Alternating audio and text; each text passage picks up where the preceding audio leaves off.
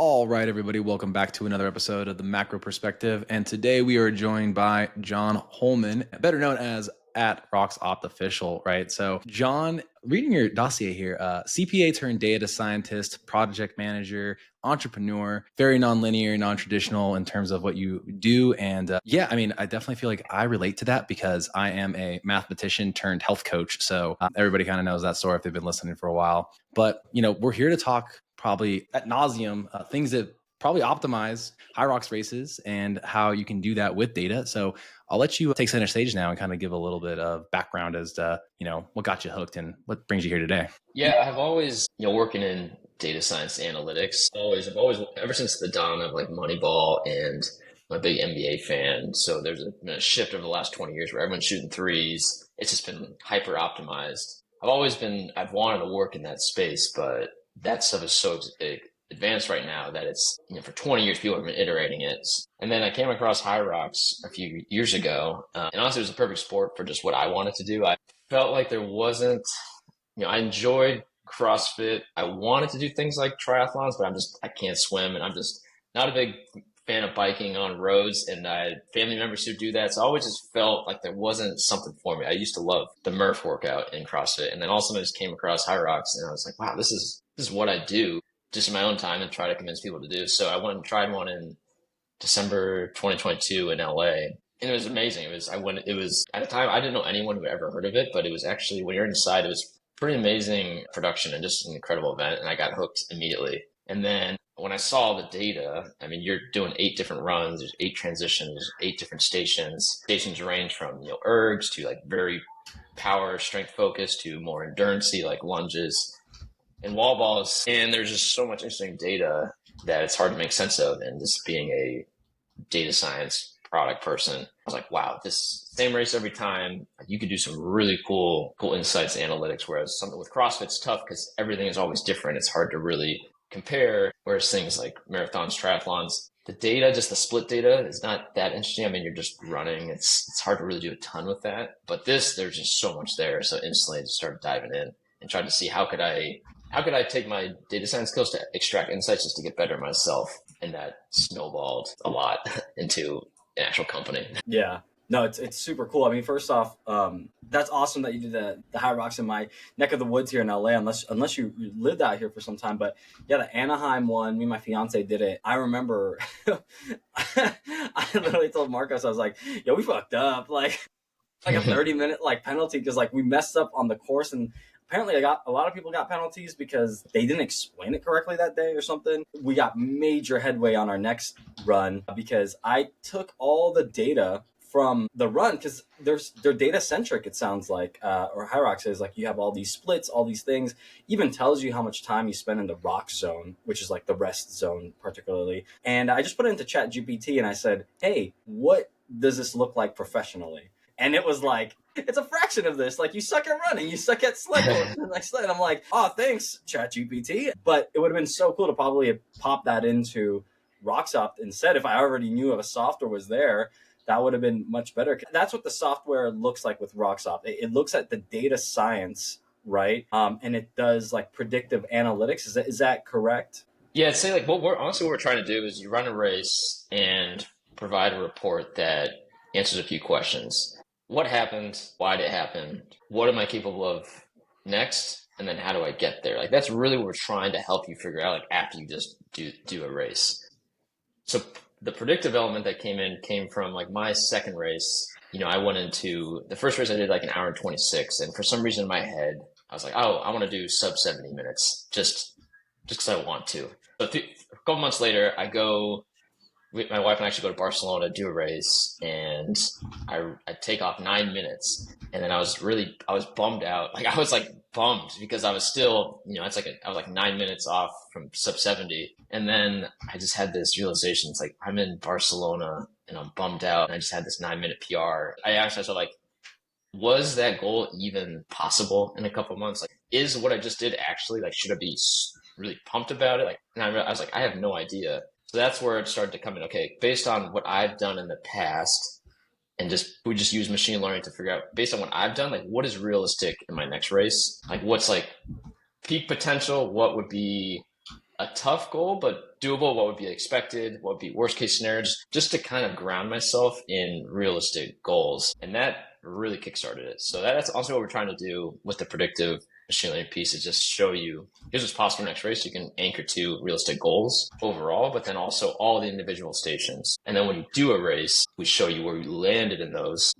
Similar like a blood test diagnostic where you see in your ranges, like are you in a healthy range? We kind of show you where you landed. So it's just kind of like this repeated cycle as you continue to do races, and then your predictions are informed by your past history, but it's trained on the entire history. So if you're someone who's an elite, top level athlete, world champion, contender, everything's personalized to you. And it's like, here's what's possible next race. Whereas if you're someone who's a brand new beginner doing it in a couple hours, it's centered on here's an amazing goal for you. Really, really hard, but it's tailored to like what is actually possible for you, even if it. So that's kind of the goal, is really ground people in their own data versus saying like, oh my gosh, I'm never going to achieve that. It's like, you can, just one race at a time. So then what improvements do you think I can really realistically make for my next race? If I mean, obviously I can plug my information in and do that. And you mentioned right before we hit record that it's heavily running biased in a sense, but in terms of breaking that down further with what it provides, like what does that look like? Is it more like station based? Is it like overall, or is it kind of saying like, I'm assuming it kind of breaks it down into like percentiles based on like overall performance based on all the data aggregate that you guys have to kind of like tell you what you should focus on, right? We show where you land in each percentile for each station. It's like a fun spider chart visual, but honestly, it can be quite deceptive because people may start to think, oh, I'm in the 40th percentile for this. I'm in the 80th percentile here. I just want to get everything to 100. But actually when we show later is when we show like, here's what's possible in your next race overall, but then all the individual stations. Probably the most eye-opening visual we have is we visualize how wide that range is of best case, worst case scenario for all the stations. And what you see right away is like, for instance, for me, the amount like best case versus worst case for running, is 6-minute difference. Whereas the skier, which is the first station, it's like 25 seconds. So if I go super chill, like feel like I'm not even like, I'm just really chilling versus go all out, I might gain 15 seconds. And it's like, it's really, and it just kind of shows you, oh, like one, I probably don't even need to touch a skier all of training block, and it won't even impact anything. And also from a strategic standpoint, it really doesn't make sense to go hard on that first station and gain 10 seconds like at your high end potential, because rather than just like chill for 10 seconds and then now be fresh for the sleds and just for all your runs, just be able to pace well. So like it really kind of shows, like sled pull, wall balls, running, but at the end of the day, like running, you got it. It just puts things in perspective. Like, wow, like that is a very important element of this race. Marcos, what we could do is a quick exercise. John, would it be appropriate to pull up my race that you did for me, my fiance Desiree? Are you cool with that? Yeah. Okay, cool. Yeah. Just didn't want to put your IP out there with that. Anyone can go get the reports. Yeah. So I got the RoxOpt right here. So Marcos, this is how it looks like. You see this right here? And this is our 2024 season. And it gives us that spider chart, or that like radar chart that like Hybrid kind of uses as well, and shows where we are like in the top 100. By the way, we crushed it on the burpee. I told you, Marcos, we crushed it on this. We got like the second best or the best in that weekend, apparently, on the burpees. I don't know what happened. I think we just turned on. But afterwards was a crapshoot. I was like, well, it looks like you paced the skier, to John's point there earlier. Yeah. So like obviously you have this. The skier was not great. Sled push was probably better than it was the year before, but this is like kind of like the story of the race, right? How things went. So that chart specifically, what we're doing with this one is, or the right above is, as before this race, we had like a next race predictions. So that where it starts is what we thought you were capable of before the race. And you guys actually had a huge PR. What was it, like 10 minutes you shaved off? No, we shaved off like 21 minutes off of our other one. Yeah. We got it was all the penalties. I think if it was truly a true PR, if we were just basing off the other time, I think it was like a 10-minute PR, which is great. You got it, yeah. But what we're doing here is, as you are progressing through the race, we're re-predicting what your finish time is. And really, the goal of this is to see, sometimes you'll see if it shoots up towards the right at the end, that means someone blew up, which means either they just ran out of juice or they just paced Like they didn't pace well. The Yeah. idea is just kind of quickly see what happened. In your case, the penalty obviously biased the prediction a bit, but this is what ideally you want to see is like come out conservative and just be able to hold it and Turning improve. down. That's pretty cool. Okay, that makes a lot of sense when you explain it like that. And then this was like the prediction. I think we really killed it with I think our running got a lot better based off of this. Yeah. So what this was showing your predictive ranges before you did the race, and now it plots. Okay, where did you land? You know, you can see your overall time was, you know, close to your peak potential. There was like that huge penalty before, but you can see like your ski erg, lower end, and sled push. Honestly, we see that a lot with people who have like great races, and then because then they can hold on the rest of the race and just run strong throughout. I see. We sucked at the sandbags. It looked like okay. Yeah, and it was interesting. If you look at the ski erg, if you look at the the difference between the low end and the high end, like the amount of time versus some of the other stations, and especially the running, you see what I mean of like where is it worth it to like push hard It's probably good to work on some ski erg, work on some sled stuff. Which one here is the predictive number on that versus the actual? So the black is where they landed, and then the range is all the predictive. So basically, what we're predicting in technical terms is excellent. Is like a probability range. So the middle would be like expected, like 50% chance you should hit this, which we tell people it's like it's not easy, but you should be able to hit this based on what you have done previously. Yeah. The next one is like 25% chance. So we tell it's like that's like a great goal, really impressive, hard to get. And then the one up towards the left would be like peak potential, everything goes right, perfect training, recovery, course conditions. Okay, I see what you're saying. So like we were kind of all over the map in a sense. Yeah, you were 50-50 on your actual station. 50-50. We're like prediction. Less probability on 4 stations and then good on 4 and then in the middle of 1. What you're trying to say is like this number would overall go up if we were kind of like here and towards this way is what you're saying. I mean, honestly, you would never.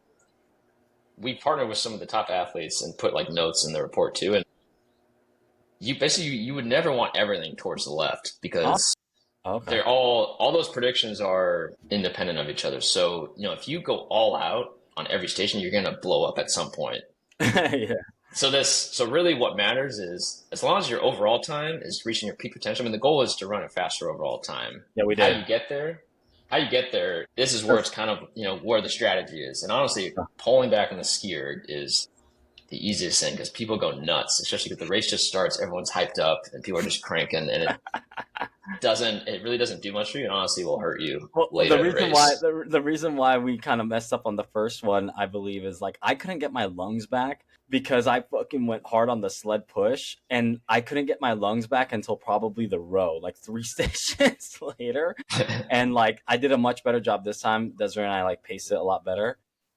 But yeah, that's awesome explaining it like that. And then obviously you got your running splits. That's pretty. I was wondering, did you guys do an extra lap on the first run? Yes, we did because it was a extra lap, and then the last run you're supposed to do like an extra lap too or something like that. It was like explain the Anaheim. So apparently the one we did at Anaheim, John, like if you've been to any of the other ones that are like Austin, apparently Austin is like one of the best ones because you just run one lap and it's like exactly what they want it to be. But because Anaheim's like sports center was like small, they're like you have to run 3 laps. So that's why people got confused because they're like, when do we enter? Oh, you enter on the 3rd time. And I'm like, well, what do you mean by that? Like, and people got confused. So like people were running like extra laps or they weren't running their laps exactly correctly. Yeah. They've basically the way to think about it is the run plus rock zone, and this is what we kind of talk about here. Run plus rock zone is 8.7 kilometers. Course to course, you'll always get that, but sometimes the runs are not always 1 kilometer. They may be 950, but the rock zone may be a little bit longer. So we tell people, and this is why we never break out. We like combine rock zone with run because ideally you should be running the entire time. Like that's a big unlock too. Sometimes people think of the rock zone, the transition as like a break, but you can give up so much time. It's funny how psychologically that also plays a role too. You're like, I'm in the zone. Let me just chill before my station. You kind of like just like kind of shuffle over to it and then you get it done and then you shuffle out and that literally just eats you up in terms of probably your total time for sure. Like you just said. So it's typically, what is it, another K roughly in the rock zone or? I mean, in perfect worlds, K per run, and then about K of like the 8 transitions in total throughout the entire race. Got That it. makes sense. That makes a Okay, lot. point Yeah, seven. yeah. I guess that makes it very variable per area. I guess they have to get used to like. I mean, especially coming into the U.S. market, like the stadiums that you're using, or like not the stadiums, but the sports zones that they're using. They got to make sure, hey, like they can do that. But here's the comparison. Where are they normally running them when it's overseas? So they're always in a big convention center, and the runs, and like in that chart above, you'll notice we like only highlighted runs 2 through 7. So usually the first run is always a little bit longer or shorter because they started at a different place. The 2 through 7, I mean, usually it's 2 laps. Those will always be the same distance in a race. Mm-hmm. And then the last lap, for some reason, honestly, it's the way they record their data. For some reason, they combine the last run with the transition into wall balls. I don't know why. So that's also why we separate it. So we'll truly only look at runs in terms of like your pacing. 2 through 7, I wish it would just be standard every time, but they're dealing with different Venue, yeah. Yeah, but it's pretty close. But the transition, the Anaheim one you did, I think, was notorious as like the worst one because I think I heard the stations weren't even in order, so it was confusing. You'd think you would just do like 1, 2, 3, 4, 5, 6, 7, 8. So mentally, you can kind of just What happened with that one was I felt like Vegas was probably the most organized one I've been to. But it still wasn't in order 1, 2, 3, 4, 5, 6, 7, 8 because it was like 1 skip over 8 and then you're at 2 through that and then back over. If you think about it, though, right? Like, yeah, I'm trying to remember the lunges, but yeah, like the fact that like, oh, the wall ball has to like lead to this, but it's not at like the end of it based on where like the run was. Not that it was overly confusing, but I could see how that would add extra time to people over time where you're like, what station am I on again? Like trying to check yourself out on the board. You're just like, oh, yeah, like it took me like halfway through to realize like, oh, it's telling you we're able to go in and also what station we're on. Yeah. I love this detailed breakdown. I love the comparison. Let me ask you this. I know that, part of data is like comparison. Like we do this with our day-to-day work and longevity is we did your last year to this year. But let's say someone's like an avid racer, like an elite guy, not even an elite. Let's just say someone that just does it every 3 months or something like that. Do they get just the previous one? Or do you also like, yeah, you changed from this last one, but here's your overall trend from the last 15, for example? Yeah, towards the bottom, the last page would have a heat map, so you only have 2 races, so it's not quite as interesting, but for the very last page, scroll up. Yeah, so that heat map can get, we'll take your last 10 races, and it's actually pretty interesting so some of the, like I've done like 11 races, and even if you've done like 5 or 4, it starts to get pretty interesting to see how things change over time. Yeah. And we've played around. Eventually we'll move to, again, it's just a static PDF report, but this is version 1. The thought was, how do we get something simple out that's useful? Yeah. Our goal had been because right now if you sign for Hyrox, you can buy the photo package for like $40. Yeah. And we're like, maybe awesome to just plug right into that checkout process. It's like, oh, get your free race report. And this would just fit perfectly rather than like an app. Yeah. And then like a free race report, and then you're thinking about like an app, like a living, breathing kind of app on top of it as well. I'm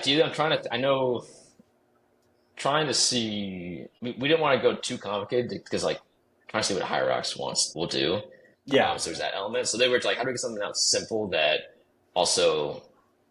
could make it easy to quickly partner to start that relationship where then we could expand to an app where, you could just, you've done 10 races, let me compare to each one of these and be interactive. That makes sense. Yeah. You have to keep it simple to play with Hyrox. As they're growing, like they don't want to add too much complication. Your product has already seemed to be tried and tested. So it's like, let's just rinse and repeat on a higher level. That's just going to take your but like this product to like the masses. Because what's the percentage on people that show out on the upsell on the photos? It's like 85% of people take it.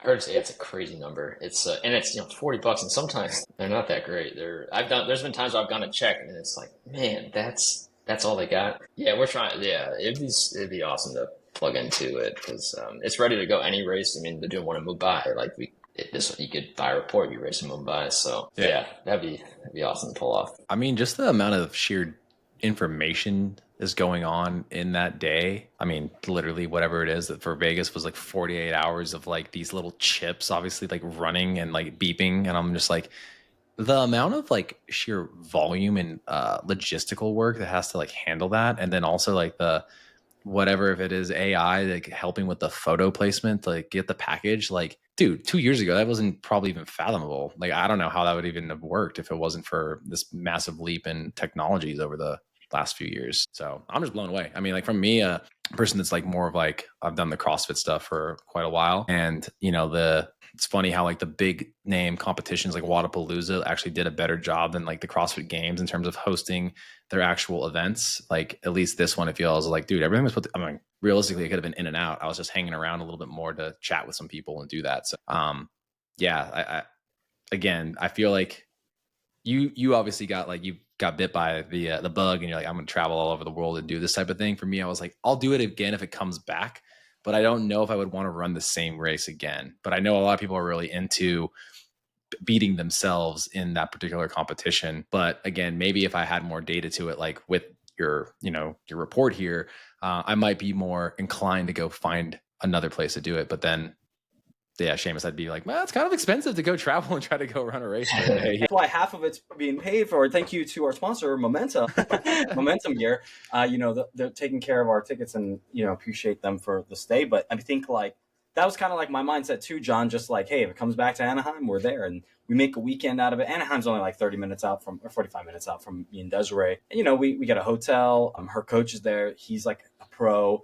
And he's had some folks, like 30 people go in. So we're just kind of part of this whole team, make a weekend out of it. It's fun. It's a nice little 90-minute thing. Friends come show up. But like now this year, after my wedding, I've been creating my aerobic base. I run like halves, and I do like more endurance stuff compared to Marcos, like 5Ks and stuff like that. But I'm like, yeah, if someone wants to pick up the bill, I will go to New York. I will go to, I'll go to like wherever they want to do it. I think the next one that is on the calendar is for sure the one in November in Austin, I believe, for me. So that's a ways away, but there's a lot to prep, Yeah, and I know what they're trying to do is they're trying to, like, the co-founders are, one, I think he used to be the CEO of Ironman. The other one was like a 3-time Olympian. So they're trying to make it like a sport. I think they really want to make this like the marathon of like people who go to the gym and lift weights and stuff. So I think the standardization is kind of core to what they. And there definitely is like a missing, because if you want standardization, it's pretty much only run. Yeah. Do you think they will have other variations to the event in the future, or will it always just be, this is it, this is the standardization? Are they going to do like, Olympic try and then like sprint try, like kind of parse down distances or add other elements to it in the future? My guess is they would stick to the standardization, because I think they really want to try to make it a sport, and it can be tempting because I think people are always like, oh, what if it did this? And I think maybe you start to, as they do that, you may start to blur into the Spartan kind of territory, which I don't think they want to be in that state where things are always different. So I think the data is something they know that there's an attractive part of doing this, and it's like you can track over time how much better you're getting. So I think they may try to stick to that. I know they've done things like, I think GoRuck was a sponsor. I don't think anymore this year, but for a few years there was always a GoRuck division.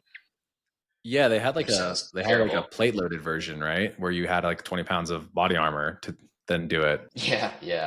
It wasn't hugely popular, as you met. Like, it sounds I wonder why. Brutal, but yeah. So I could see them maybe trying an ultra version or something, like do 4 of them in a row or something. But I saw a guy do like a different version, which was, it's the same 8 stations, but each run wasn't K, it was like 10K. Yeah, but that like defeats the purpose though. Like 10K run in between each station, like a station lasts all 4 minutes. Yeah. I mean, I don't know. I don't know. Didn't you say there was another guy too that did one? Like he ran one. He was like doing a triathlon, but then also was like doing a Hyrox in between every station of the triathlon. That sounds insane, bro. I don't know where I heard that, but I think someone was talking about doing that. So like you have 3 Hyrox, because again, like there you just said it, John. Like it's standard. We know what it is now, right? So it's like 3 of those, but then it's like again, swim, bike, and run. And then it's like, well, then you already had whatever 8.7 kilometers of running in addition times 3. So you have like a marathon of Hyroxing and then another marathon at the end of it. Have fun. Yeah. I don't know. I think they, they now, if you go to, I think in Vegas they had them, they have these wall ball counters. So I think if you keep it the same, there's a lot of cool things you can do. And honestly, like, I'd love to get my hands on that data. Like if you could finish your report, know what your wall ball cadence was, and you can actually know when someone stopped or broke, who went unbroken, who didn't. Like, if I mean, it'd be cool to put things on sleds, like know the power, like measure that. Like, I mean, you could really, since it's all contained in an indoor facility, so if they keep it standard, honestly, sky's the limit The with cool data data nerd is stuff. coming out of you, John, and I love it Yeah. because Marcos and I are like the data nerds too. We're trying to right now. I'm piloting velocity jumping in our clinic, and I'm using like the OVR jump velocity. But we were having a long conversation about this, about like Marcos and I were like astonished in a weird way. Well, for me personally, of the normative data around jumps. A 31-year-old, I don't know how old you are, John, but like around 30s maybe, is like you just need to break 22 inches and you're in the excellent category, of power of a 30-year-old. And I was like, really? Like, we're out here in our youth going for that 40-inch vertical. Everyone thinks like that's the name of the game, but like in the normative sense. And it boggled my mind because when you think about data and all this stuff, like one quality in Hyrox compared to another quality may not be as important. So, for example, power and longevity is very important, but some people I've been testing can hit the excellent mark in their age category pretty easily without even doing power training. But they go do VO2 max training and they're barely touching average. So it's like, it kind of shows you like, okay, which one can you develop faster and which one actually takes a lot more time. And I think it kind of correlates to like, if we can get more data, it'd be great. And then kind of seeing like what the actionable steps are after, like, well, how was your sled? How was your data on this as compared to that? And like, how does that really pinpoint your performance, right? Yeah, I was actually talking to someone this past weekend at Hyrox Miami who's he's like a physical therapy practice, and he's like a degree in like sports science or something, but he used to work with rugby teams and they put these accelerometers or something on them. So like during the course of a match, they would measure like how many times are you all out sprinting to then know like how to train, like in terms of interval training for sprints. How much are you actually doing this in a game? And I was like, wow, I didn't even know that's like a fascinating way to measure it and like really critique your training. And I was thinking like, how many times are you sprinting in the transition to get back onto the run? Like, no, it's important. I know my buddy, he's a sports scientist for lots of teams, and he did a lot of sports science for soccer players. And apparently, like, their sports science data was so pivotal to like explaining how the power forwards trained as compared to the goalie, as compared to the defense, because when they looked at the metrics, he's like, yeah, this guy was overrunning compared to his usual. Like, what happened that day? Or in that practice, it's like, oh yeah, in that practice, he was just feeling it. And it's like, okay, well, that information then led them to go, well, your training session's a little bit different today compared to what you've been doing because you just killed it yesterday. And when I picked his brain on it, I was like, GPS systems or understanding sprintability and on the field, like, who would have thought? But like, it made a lot of sense because then they started seeing like injury rates come down a lot more. yeah. No, I mean, there's so many things that just even top level athletes ignore. Like, that skier thing, I say it all the time because so the athlete I work with on this, like, I mean, honestly, I just cold emailed him a few years ago, Rich Ryan. He's done 2 54-minute races this year and like just finished third at their like major in Glasgow, and actually in Miami set the pro doubles world record. They did like a 48-minute, just silly. But I've been working with him and showing him, getting feedback this entire time. And I kept telling him, I was like, dude, the ski erg is, I think people are just going crazy in this. Because I would see even these Elite 15, like top athlete races, 30% of the time, the person who leaves ski erg first actually wins. So like, you're more likely to lose if you're one of the first people. And like Rich, this last race where he ran like a minute off the world record. He was out of 15, he was the 13th person to leave the ski erg. And you just fall apart. Because like we've looked at it so many times, like it's not worth that just to go so hard for like 10 seconds and then he just eats them up. So it's little things that when you just look at it, you're like, gosh, yeah. And then it seems weird to just let people leave, but then a few stations later, he was just dusting them. And but even like I would apply that to my race, and like the same thing. Like, I'm nowhere near that level, but like the same unlock. Yeah, I feel like though, like I mean, I would just look at that in terms of energy systems, right? This is a very meant to be almost practically monostructural aerobic endeavor, right? And as soon as you just tap into something anaerobic, going all out on the ski erg, hello, your body's just going to be massively trying to recover.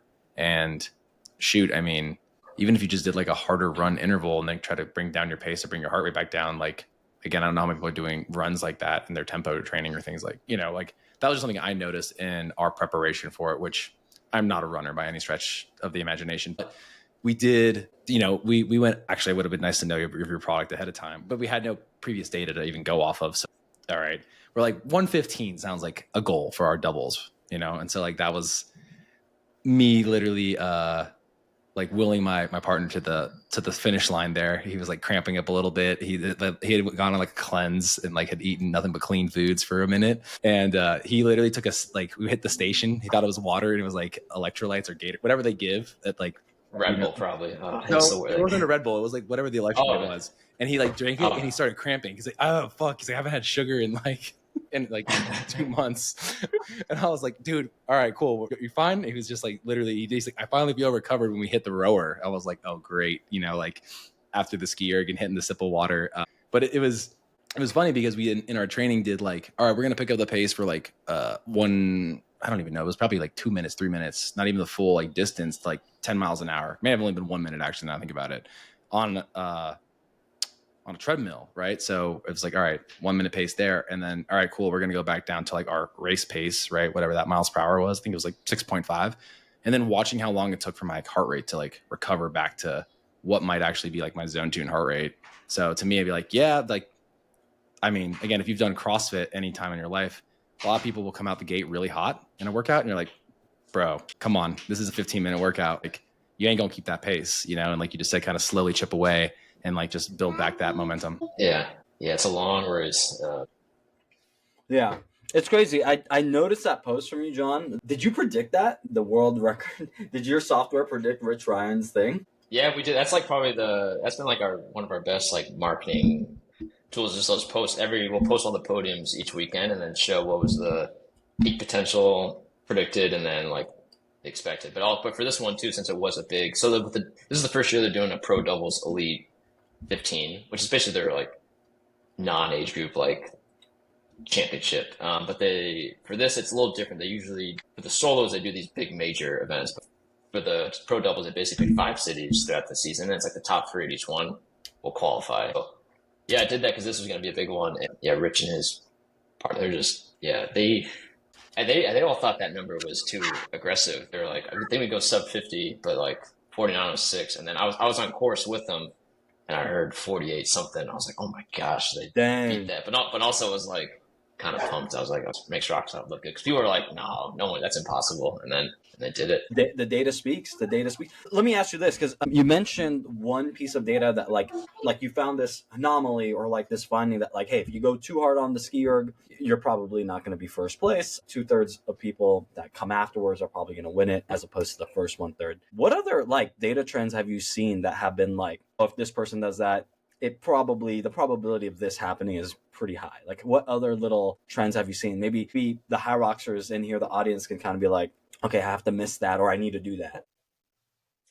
Yeah, I mean, one thing I was trying to figure out was running is such an important element of the race. How do you analyze your run splits in a way that's useful, actionable for your training? And that's where having someone like Rich Ryan was really helpful, because he was like, first off, like ignore like runs 1 and 8. They're not comparable. And sometimes courses can be a little different, but really like you should be hitting the same times every split. So 2 through 7, if you're seeing you do a 4 minute, then a 4:10, then a 4:20, a 4:40, it's like, one, you're going too hard, or you're like, you need to be able to run at a pace where you can handle it. And we saw that, like, obviously you could walk and have perfect pace and it's not going to make you faster, but over and over, like, we see a pretty strong correlation with being able to just hold the same pace leads to a lot faster times. So whether that's, there's 2 ways to approach that, or multiple ways in your training, like making sure like whether it's burpees, whether it's the rower, like you can get out of there and hit that same pace consistently and be able to, and then also just being able to be smart and not overexert as well. But that's a helpful way to like really look at your running. If you're seeing that just like went up, it's like you're going too fast, or the way you're training, you don't have that aerobic capacity you need to hang on, especially after burpees. Like that's usually the hardest run. Yeah, no, I totally understand. I think we kept a good pace. Yeah, that last one, when I'm looking at mine, I didn't run an extra lap. My calf cramped and I locked up, and I had to walk and punch my calf, like that thing you do when you gotta punch your calf. And then I went. That's why almost doubled in time. Yeah. My first one I did, on the wall balls, my calf locked for 6 minutes, just like, yeah, because I honestly did not. I was like, oh, 5 miles, okay, like, oh, I'll just, because I didn't run like crazy before it, and then I realized, oh, this is not prepping for 5 miles. Like, honestly, it's really like, there's running training should be similar to prepping for a half marathon, Yeah, but I that's was what I've done not every ready at time. all. Yeah. Mhm. I just Yeah, use I I was. tell Marcos, like, every time I get ready for a Hyrox, I just use Chris Henshaw's aerobic capacity half marathon program, and then I just do all the Hyrox training around it, and it's like I've been good every time. Well, it sounds like you're going to be doing something different now that you have this data, though. Yeah, I know. I'm gonna do a lot more different now. Like the last few, like there was like multiple goals in mind, but after my wedding, that's it. It's purely hybrid athlete, quote unquote. Seamus, That's you have purely so much Hyrox. data on yourself at this point, whether it's nutrigenomics and things that tell you that you're meant to be an endurance athlete, and now Yeah. have this report, you're going to have to put your money where your mouth is. What's the next time? What does it predict that you can get to based on your improvements? Does it have that, John, in there, or is it just Yeah, Yeah. all right? So yeah. what's that predictability What's like looking like? What page is this? towards It the end? says my next good time would be like 120, 121, about like 7 minutes down. That's also including a partner though, right? You and Dez would both have to be Me and Des, on that, but right? I'm gonna be honest, like I don't know if Des wants to do it because she's running the CIM this year, which is the Invitational for California, to try to get faster on marathon time. Well, I mean, that's what happens when you do it with your spouse. They just kick you to the curb and they say, you know what, I'm done with you. Yeah, so I might start doing my solo thing. But can I say this though? Like I really think what I love about the sport is like there's multiple ways to do it. You could do it solo, partner, and then relay. I'll tell you this. I don't know, John, if you've ever done a relay, but a relay is a different sport than partner or solo, because I fucking blast off on that run. I've never ran a 1K that fast in my life, and then I just went right into like the burpee broad jumps and like the other station that I went into. It took me like Until your next station to recover. and be like, oh, I'm good to go again. Yeah, those are always so late too. I think the Miami one, the relay started at 10 p.m. Jesus, that was even later. You were at 9:00, right, Seamus? Yeah, and I was like, I remember like your wife, Brittany, was like, yeah, we're gonna be at like this time, and then she texted me, she's like, why are we like an hour later now? I'm like, I don't fucking like know what the hell happened. Yeah, word of the wise. Best time is to do it with doubles. I think that's where you get your best bang for your buck. You can sleep in your bed, and not have to get up super early. Maybe that's only male privilege. I don't know. I don't know if they flip it around, but felt like the time was good. But yeah, men's open and men's doubles are usually like the mornings, late mornings, which is kind of the primo. Yeah.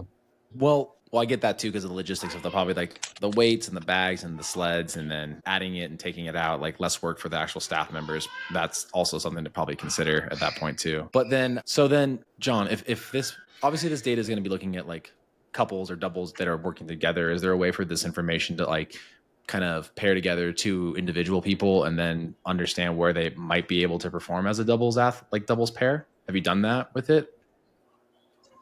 Funny you mentioned that. Yeah, we're releasing something probably like this week or next week. It's be more of like it'll be free on the site, but you can, as long as you've done a solo race, whether you've done open or pro female, we now have a model where you can say, okay, how would these two do? And we'll give you those same predictions, and also like some similar charts to kind of think about, are we a good fit, and also how do we strategize, like splitting up the work. Yeah, it's pretty fun to. That's like a Valentine's Day kind of thing. Will you be my Hyrox partner? And it's like, I put us on the Rox app. I think we're going to be a good fit. It's like, nah, actually, I don't think we're going to be a good fit. That's like some of your marketing right there. It's like asking out someone on a date. Honestly, finding it. Yeah, like honestly, I'm married, but I could see it being a fun. I could see there being definitely a lane in that. Some sort of a swipe right or use your RoxOpt data to see if you guys are compatible.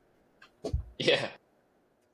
It's like, oh, you stuck at the sled push. Nah, I'm good. Pass on that guy. I see t-shirts coming. John, so theoretically then, if you have this model that you're working on that would theoretically give you these things, you can basically figure out who would eventually have the best shot of actually continuously breaking the world record too, I take it, right? Yeah. Yeah, so this past weekend, Rich and Paleo, the one who set the world record, they've raced before together, but the people right behind them, there's another athlete partner named Ryan Kent. Him and his partner, they've never raced together, but yeah, we predicted like 50 minutes, 10 seconds, and they actually broke the world record too. Got like 49, 50 seconds, so pretty close. So Yeah, it's fun. what's the theoretical like upper limit to time or lowest level of time that like your models predict, or have you done anything like that? So even though, so the part of it, what goes into the, like, impacts the range, like, obviously it's your performance in the past. Another level of uncertainty, which is, like, it's obviously the same race, but some courses can be, there's been sometimes some courses that seemed a little outlierish in that they're really fast, or there's one that was a one lap, which is very rare. But as you can imagine, running one lap, way less turns, huge straightaways, can be a lot faster. And then sometimes the courses can get very crowded. So if you're going in and out, so that can sometimes, that high end, it's like, okay, you had the perfect race strategy, perfect training, maybe perfect compared to another athlete that you were just neck and neck with. And then maybe course conditions were like perfect. Like that is kind of how I tell people to think about, like, that peak level where like everything goes right. Because in the data, there is some of that variation. Yeah, I think like something that makes it like a true what is the outlier in the data is like, yeah, how many people signed up for this thing? Because like it went from one day, right? You were talking about before we get on the call, New York being a 1-dayer to now being like a 3-dayer, right? And like so many people. And I feel like that comes with a lot of things too, because it's like the outliers that we can't get on data is like, well, how do your nerves do that day? How do you handle so many people? Or like, yeah, what if someone tripped in front of you? You know, like it's not gonna know that. And it's like you can have the perfect plan, and it's like I think I was watching this documentary once. I think it was called Icarus. The guy was like a cyclist, and like his gear broke, and it was like a major technical like thing that messed him up so bad that he did so well with his training. He was even doping, but he like like technology just hit bad luck, and he just could not get anything going for him. So I think you're right. Like I think you could get everything right for the training. You could look at all the predictive models, but the day of is like still the day of. And there's like the mental part of it can really swing like minutes. I mean, it's a long race, and if you're going into, I mean, even just wall balls, if you're going into wall balls, and you're hyped up and motivated, like versus just like you're just like F this, like why do I pay to do this? Like that can honestly make a huge difference. And even just like the last run, you're like hurting, but if you feel like you're so close to hitting a goal versus if you realize, wow, today was not my day and you've already missed your goal, that could be a few minutes just because like not having that mental, especially like wall balls, like, that sucks. Those negative thoughts and negative self-talk creep in real quick. That was my partner to me. He's like, we're not going to finish. We're not going to get the time. I was like, no, we're fucking getting it. We got it. Like, I just had to be like the positive, the devil and the angel on the shoulder kind of thing. And I was like, nah, bro, like, it's okay. Well, I think we got it by like 3 seconds. It was like 1:14:57 or whatever. So, again, I was like, look, we set a goal. Some cramping happened. Shit happens, but you gotta like, I think it's a good foil for just life in general about like just doing hard things and like not letting that little voice inside your head get to you, like you guys, like you're talking about. So John, what excites you about the future? I mean, we're talking about again, like the predictability of like the course. Obviously you might have a better model if it's the same spot. I mean, there's no guarantee either that next year in Vegas it's in the exact same convention center, even though they really only have like 2 different spots where it could be. Like maybe it's like the other unit, which then like throws in some variables that are like out of your control. Like again, like the way the laps work or whatever. Again, for like Miami, for example, Miami being the spot where this new world record is done, are they still going to potentially consider like each individual location to house their own, like kind of like Olympic record versus world record, right? Like I look back and think about swimming, for example, and like they have an asterisk next to a lot of shit these days based on the speed suits that they were using to obviously help with their buoyancy and then their ability to kind of, go through the water, right? So all the super suit ones are like different records, and they're kind of like, hey, by the way, like, yes, this happened, but like asterisks, or like PR, but set in Miami at so-and-so location. Do you feel like, is that a good thing? Is it a good thing to kind of think about it? Like, every dog has its day and every course has a different potential. Good question. I think that, I mean, they're still like a young company and growing so fast, and it's challenging to make it the same. I think if they can get to the point where they actually have dedicated, because even if it's in last year's in Fort Lauderdale, and and I was at Washington DC a few weeks ago, and it was like a different area of the convention center. So still, I think as it's growing so fast, they can get like actual set courses where it's like this is the exact same every time. I mean, even with the sleds, they've definitely had.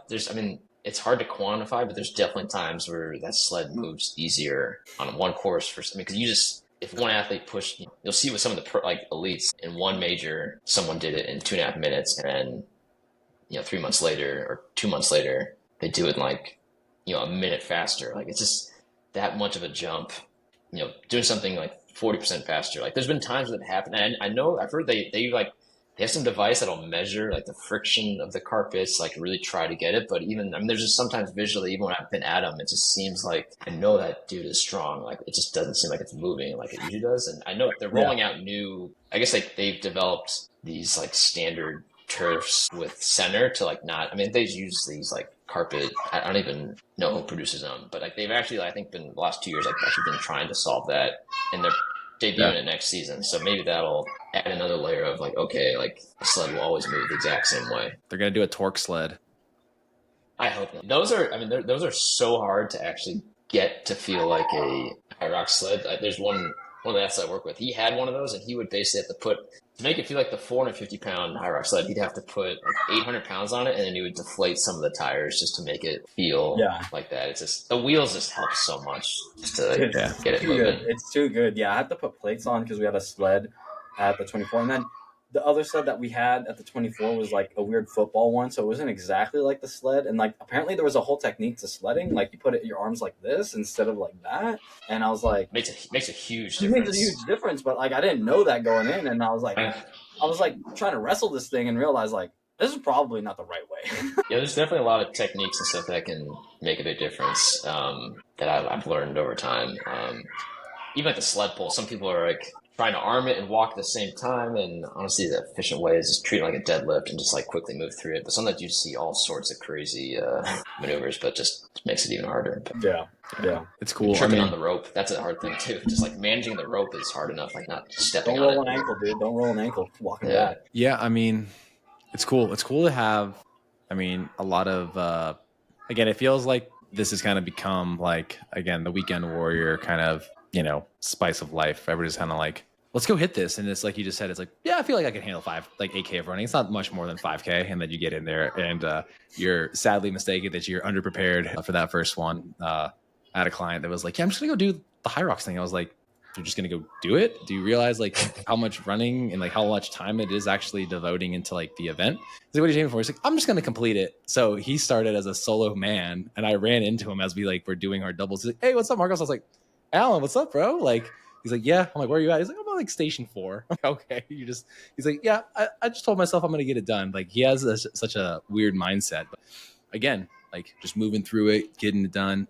And then he tells me too, he's like, yeah, it took me like 2 weeks to recover from that. And I was like, I could have told you that, bro. Yeah. I was like, I'm helping you with your nutrition. I can tell you definitively this was not a good idea. And he's like, yeah, I'm doing Spartan like in 2 weeks too. I'm like, all right, man, like you're just a different breed, like there's, again, the people are taking it super serious, and there's people like going and getting it done and having like that, again, that badge of honor and like knowing you're getting something hard done. So, I'm excited. I'm excited. I hope it comes back. I know they haven't released like the return to Vegas, but again, I don't know. I hope it would be a little bit later than February though. Kind of want to use winter months as bulking season, like get a little. It's kind of hard to run in the middle of winter, even though it's not that cold, but 5 a.m. is cold enough in Vegas. Dude, I was doing my track intervals and like I had like layers on, and then I had like a headlamp on because I can only work out. Well, I only like to get my hard workouts in the morning. So I'm doing like track intervals in the cold, and I'm like, and this is California, so I'm being a little handsy about it. But at 5 in the morning, it's like, I'm like, man, yeah, I need a little more sunlight. Now that the sun's out, we're doing some track intervals. It's so much better in the summer for sure. Oh yeah, my wife and I started honestly, this is what I used to do before I even knew what Hyrox was, but basically, Hyrox, there's so many run clubs. We did a Hyrox run club because we moved to Boston a couple years ago. Honestly, trying to meet people. We bring all the equipment to a track and just get after it and just like started inviting people. We have like 200 people in it, but the same thing was awesome in the summer, and then it got freezing here. It was like 20 degrees. And fortunately, we've been doing some stuff. Have you heard of CrossFit Invictus? They're out here, and they've been like asking us like help us with Hyrox, so like actually we get to use their space now. So that's how we've been keeping that going during the winter. Yeah, Dude, that's awesome. It's been cool.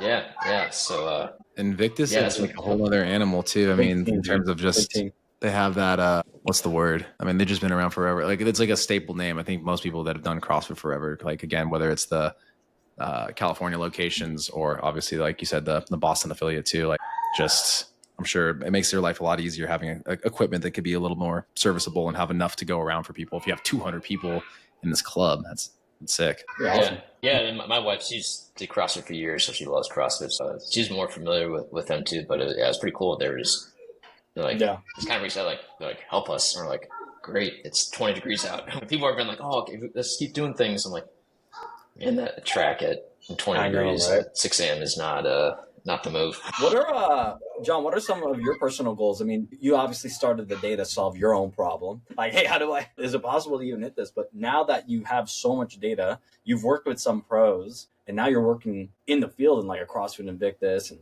you're partnering with Hyrox themselves. What are some of your personal goals with A, the business, and then RoxOpt, and then B, like for yourself? Yeah, I mean, I've always been intrigued by entrepreneurship, and when I was I did an MBA. It was interesting. Like, you hear all about just unicorns and billion-dollar companies, and then mom and pop shops. And I kind of had this realization, like, oh, there's actually, you can build some like really cool. If you solve a niche problem with some software, and I knew someone I used to work with who was a data scientist, and he used to be a minor league baseball player, and he honestly built something similar like RoxOpt for like baseball coaches, and then it was really successful. Like, people liked it. And then this kind of someone said, oh, maybe you should supply sports betting lines using your same models.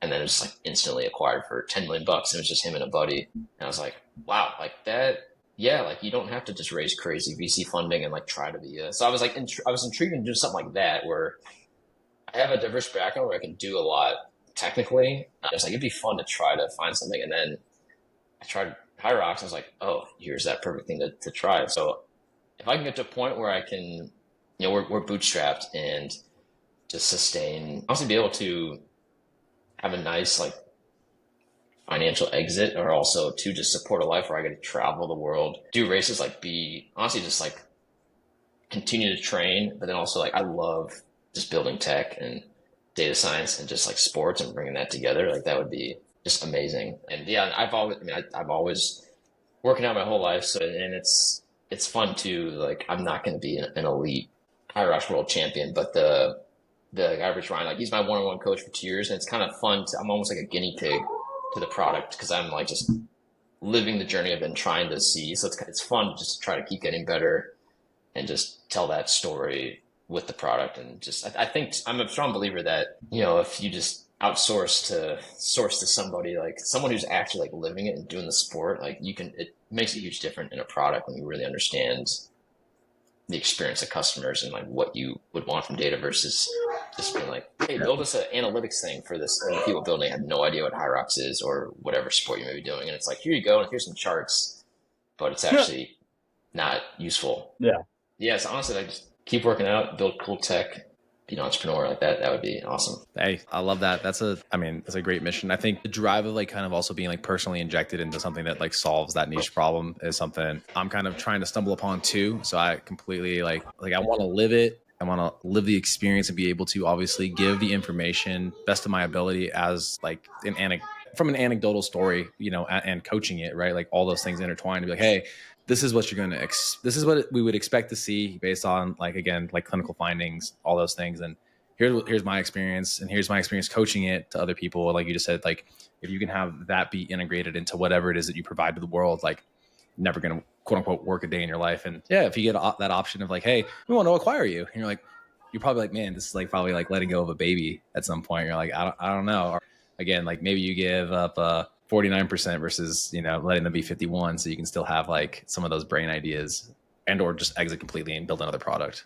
Yeah. I really love the 0 to 1 stage, like just starting with concept, blank piece of paper, and trying to turn it into something. Shoot. Yeah. I wouldn't mind. Sweet exit. And then I definitely would not be able to, I would get bored and definitely immediately start trying to think of the next thing for sure. Just knowing how it works. But like you said, yeah, I mean, like I'm always working on this, but it really doesn't feel like work, because it really is fun. And it's so cool to just talk to like pro athletes and all these, and it's just honestly so cool to get their feedback and see what they need for their training. It's just, I just met so many cool people too through this. Yeah. It's just been amazing. Yeah. You got people that are constantly pursuing greatness, and it's like, you could see it and you could be a small part of it. They could take a lot from such a, simple concept, but like it's so powerful. But yeah, Sweet, man. I mean, this has been great. I think super informative to let people know like who you are, what RoxOpt is, what you guys stand for, what you're able to provide to the community for Hyrox, how to help people with optimization and actually see tangible improvement, you know, based off of recommendations that are obviously like led based on, like you just said, being the guinea pig yourself and with other people. I think, man, I mean, Seamus's last like statements here were pretty good closing remarks. I mean, John, is there anywhere else you want people to like find you guys? Obviously, we have all the stuff listed in the show notes for, you know, the Instagram handle, website. Is there, I mean, any additional things to kind of close out on here? Yeah, RoxOpt.com. If you do a race, like you can go there, get your detailed race report, and then on Instagram, RoxOpt Official. Always trying to share just interesting content, even other data insights that aren't necessarily in reports, but yeah, we're always trying to make that interesting. And also if you're just interested in the sport and want coaching guidance, you know, we don't do programming. Maybe someday, but I want to be very careful to do it right. But Ryan Kent are two athletes I work with, but they have like an app called RMR Programming, also a really good podcast that you want to learn anything, you know, even if you're just a beginner, like they drop a lot of great knowledge on there every week. So check that out. Sweet. Yeah, we'll put that in the show notes too. And we love other people getting insights and things they can dive into. Obviously, we're enthusiasts. We're not aficionados, you know, so we're, again, going to steer people into, I don't know, Seamus, I won't count you out. Next thing you know, again, you're going to, you know, be beaten times. Then I'll choose my words a little bit more appropriately. But if it's a once a year commitment, a weekend with you, Marcos, you know, I'm gonna fly out to Vegas. I'm gonna be there. We'll run it. Yeah, you don't have to do it solo every time. We'll do a team. We'll do relay. I'll be with you, dog. And you know, all the other I'll do more. I'll keep myself in better shape. I won't be going into these bulk modes. It's definitely a lot harder to run at 205 versus 190. You know what I mean? Like, so, you know, I guess I'll keep myself a little bit leaner to live a hybrid lifestyle. But John, dude, thank you again. Hopefully everybody is, again, looking to just dive right in and be able to get that, you know, report and be able to kind of analyze what they've been doing. And I think it's really cool that, correct me if I'm wrong, so even if let's just say someone had 3, 4, 5 races already under their belt and they haven't heard of you, which I probably would find that hard to believe, they could literally see all 5 of those things, right? You're able to pull up to 10 for that report. Yeah. So in every report, all the predictive elements, it's all informed by every race you've ever done. And it's whether you've done 1 or 10 or 20, we can do it all for you. So. Hell yeah. Awesome. Well, guys, give us a like, a subscribe, a follow. We would love to continue to provide high quality information for the masses here at the Macro Perspective. At the Macro Perspective, you know, we're continuing to get, you know, fantastic guests on, like John, like everybody else, like, you know, Dr. Alan Bacon, everybody else that you've seen up to this point. We're over 150 episodes deep at this point, and a follow goes a really long way, and a share. So if you guys are able to do that, share this story, as someone would get an incredible amount of value from John's services over there at RoxOpt. If anybody else that we've had on here is some information is of value to you and someone else might get something, please, we would really appreciate that solid as we continue to grow as a, you know, growing podcast. So until next time, the Macro Perspective, we are out.